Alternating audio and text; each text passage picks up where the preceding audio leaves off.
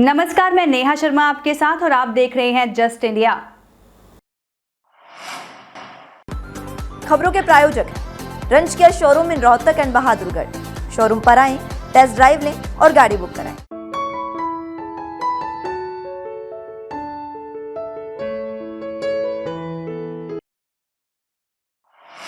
पानीपत में जननायक जनता पार्टी यानी जेजेपी के नेता सतबीर खरब ने जहरीला पदार्थ खाकर आत्महत्या कर ली।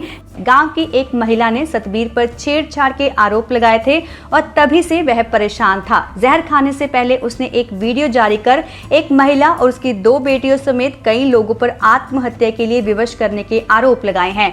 पानीपत के गांव नारा निवासी सतबीर खरब काफी समय से राजनीति में सक्रिय थे। फिलहाल वह जजपा से जुड़े हुए थे। उन्होंने बुधवार को नारा गांव में कोई जहरीला पदार्थ खा लिया।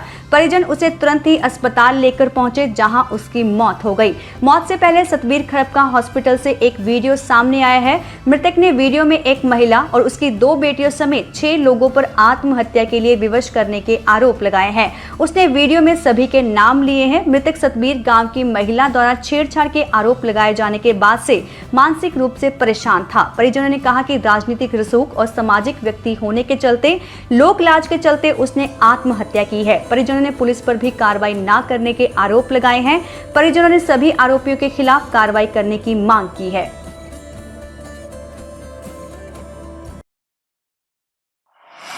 विधौली गांव में रिजॉर्ट चलाने वाले हरियाणा निवासी सिंगर अनिल शर्मा उर्फ मोनू पंडित की 2 दिन पहले एक ग्रामीण के साथ सड़क से बाइक हटाने को लेकर कहासुनी हो गई थी। उसने साथियों के साथ मिलकर ग्रामीण राजेश और राकेश की पिटाई कर दी थी। अन्य ग्रामीण पहुंचे तो आरोपी फायर झोंककर फरार हो गए थे। उसी विवाद को लेकर अनिल शर्मा 8-10 गाड़ियों में अपने साथी लेकर विधौली पहुंचा। दोपहर करीब 1 बजे उसने साथियों के साथ दुकानों को घेर लिया और वहां मौजूद लोगों से मारपीट करने लगा। सूचना पर ग्राम प्रधान धीरज सिंह गुलेरिया पहुंचे और बीच बचाव का प्रयास करने लगे। इसी बीच आरोपियों ने उन पर भी जान से मारने की नीयत से फायर झोंक दिया। किसी तरह वह बच गए। धीरज के मुताबिक ज्यादा लोग एकत्रित हो गए तो हरियाणा के विभिन्न जिलों के रहने वाले सिंगर फायर झोंकते हुए फिर आने की धमकी देकर भाग निकले। सूचना मिलने पर पहुंची पुलिस ने सिंगर मोनू पंडित और सोनीपत निवासी सिंगर विक्की बड़ोली समेत 12 युवकों को धारा 307 के तहत गिरफ्तार कर लिया है। पंजाबी सिंगर सिद्धू मूसेवाला के कत्ल का एक चश्मदीद सामने आया है। खुद को पूर्व फौजी बता रहे चश्मदीद ने थार में बैठे मूसेवाला के दोस्तों पर गंभीर सवाल खड़े किए हैं। वहीं कातिल शूटर्स को पकड़ने में पुलिस की लापरवाही भी उजागर की है। इस संबंध में चश्मदीद का वीडियो भी सामने आया है। हालांकि पुलिस और मूसेवाला के दोस्तों की इस संबंध में कोई प्रतिक्रिया नहीं मिल सकी है। आपको बता दें कि सिद्धू मूसेवाला का 29 मई को थार जीप में गोलियां मारकर कत्ल कर दिया गया था। चश्मदीद के दावे के मुताबिक कत्ल के बाद पहुंचे पुलिस वालों को मैंने कहा कि शूटर अभी भागे हैं। बुलेरो में 4 लोग हरियाणा की तरफ भागे हैं, जबकि 2 पंजाब के भीतर ही फरार हुए हैं।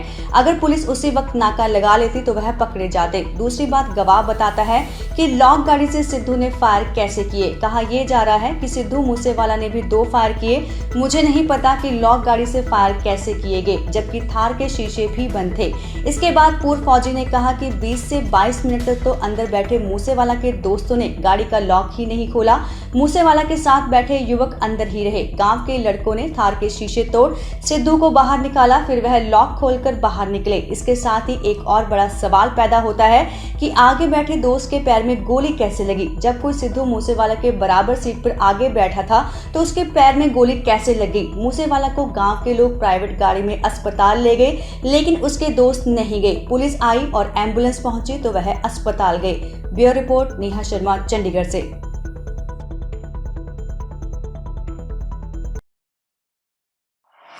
मुख्यमंत्री मनोहर लाल फरीदाबाद के गांव शाहजहांपुर पहुंचे, जहां शहीद राइफलमैन मनोज कुमार भाटी के परिवार से मुलाकात की।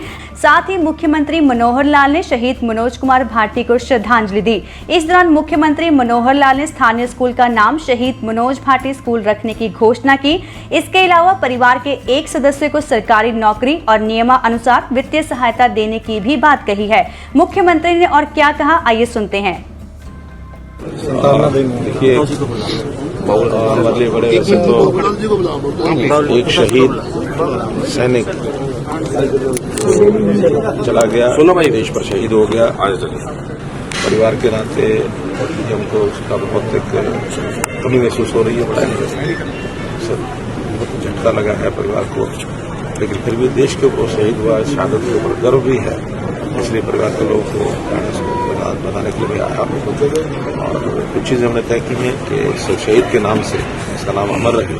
तो यहाँ का जो स्कूल है, स्कूल का नाम शहीद मनोज भाटी के नाम से रखा जाएगा। और इसके अलावा भी परिवार की सहायता के नाते से जो राशि होती है वो भी प्रोजेक्ट पहुंचेगी।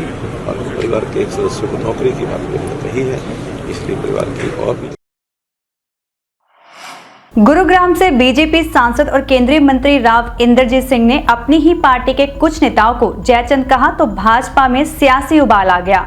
हरको बैंक के चेयरमैन डॉक्टर अरविंद यादव ने भी बगैर नाम लिए पलटवार करते हुए कहा कि अगर जयचंद ही ताकतवर है तो फिर आप किस बात के राव साहब। दरअसल मंगलवार को अपने समर्थक व भाजपा जिला उपाध्यक्ष अजय पटौदा के घर पर आयोजित कार्यक्रम में शिरकत करने पहुंचे केंद्रीय मंत्री राव इंद्रजीत सिंह ने विधानसभा चुनाव 2019 में रेवाड़ी सीट पर मिली हार का ठीकरा बगैर नाम लिए डॉक्टर अरविंद व पूर्व विधायक रणधीर सिंह कापड़ीवास के सिर पर फोड़ा।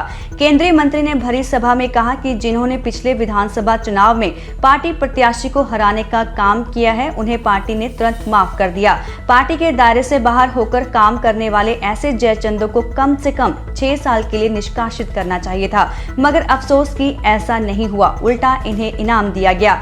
राव के बयान के बाद हरको बैंक के चेयरमैन डॉक्टर अरविंद की तरफ से मीडिया में एक बयान जारी किया गया, जिसमें उन्होंने सुनील मूसेपुर को टिकट दिलाने पर भी सवाल खड़े किए। उन्होंने कहा कि जयचंद वाली बात तो यह थी कि आपने मुझ जैसे समर्पित कार्यकर्ता को समर्थन देने की बजाय निजी व्यक्ति को टिकट दिला लाए। जयचंद वाला कार्य तो नांगल चौधरी और पटौदी के मतदाता भी जानते हैं। मुझे तो पार्टी का टिकट ना मिलने के बाद भी पार्टी ने सोनीपत जिले की 6 विधानसभा सीटों पर ड्यूटी लगाई। मैं पूरी निष्ठा से कार्य करता रहा, टिकट नहीं मिलने से कुठाग्रस्त नहीं हुआ और ना ही कभी केंद्रीय मंत्री के सम्मान को ठेस पहुंचाने वाला कोई बयान दिया। लेकिन बार बार जयचंद कहकर केंद्रीय मंत्री मुझ पर निशाना साध रहे हैं, इससे स्पष्ट है कि वह आज भी मुझसे डरे हुए हैं।